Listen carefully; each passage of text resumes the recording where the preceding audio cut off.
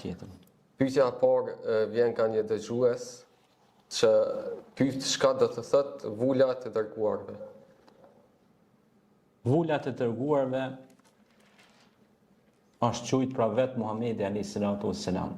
Ai ka pas pra oficin Khatamun Nabiyyin.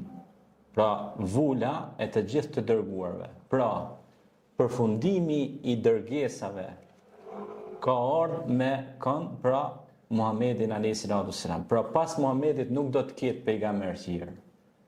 Ata tjerë që vinë pas Muhamedit janë thjesht dietar ose shkollar ose njerëz të ditur, të cilët e përçojnë mesazhin e paqes, Islamit, Kuranit e kështu me radhë. Prandaj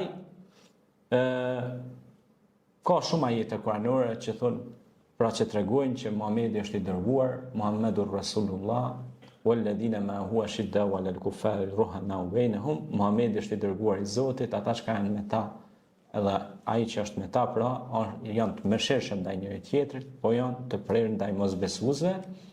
Pastaj thot ajeti kuranor që po ashtu që thot se Muhamedi është Khatamun Nabiyyin Muhammedul Amin. Pra është i dërguar i Zotit vul. Vul do të thotë sikur ai dokumenti që merret, edhe në fund të jepet vula edhe në nënshkrimi që ajo kontratë ka përfunduar.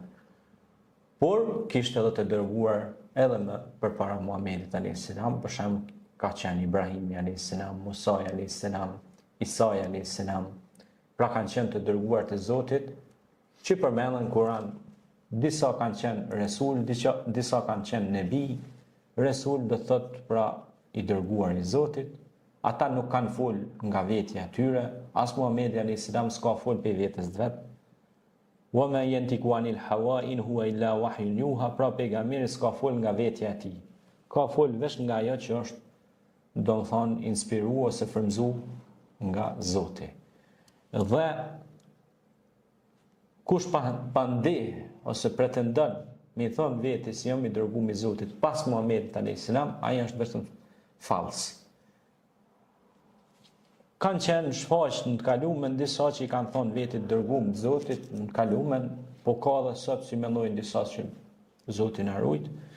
Për shembull ka qenë Musaileme tul Kedhab, ka qenë Musaileme që është quajtur gënjeshtari, për shkak se ai ka gënyu, ka thonë unë jam i dërguar i Zotit, po ai s'ka qenë i dërguar i Zotit.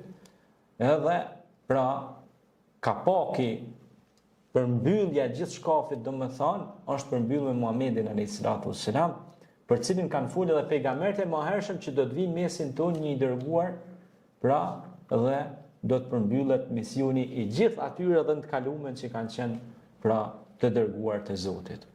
Kjo është shumë e rëndësishme që shumë njerëz ta dinë se misioni ka përfunduar pra i pejgamberëve ka përfunduar me Muhamedin alayhis salam.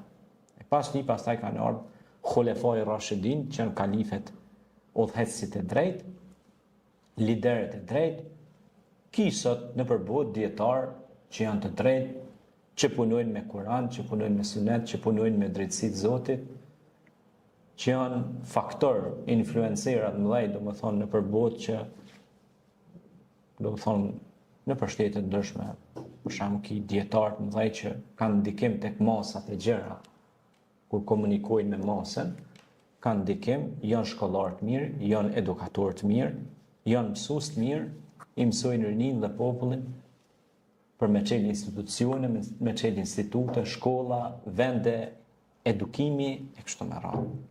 Faleminderit. Faleminderit shumë që na u përgjigje kësaj pyetje.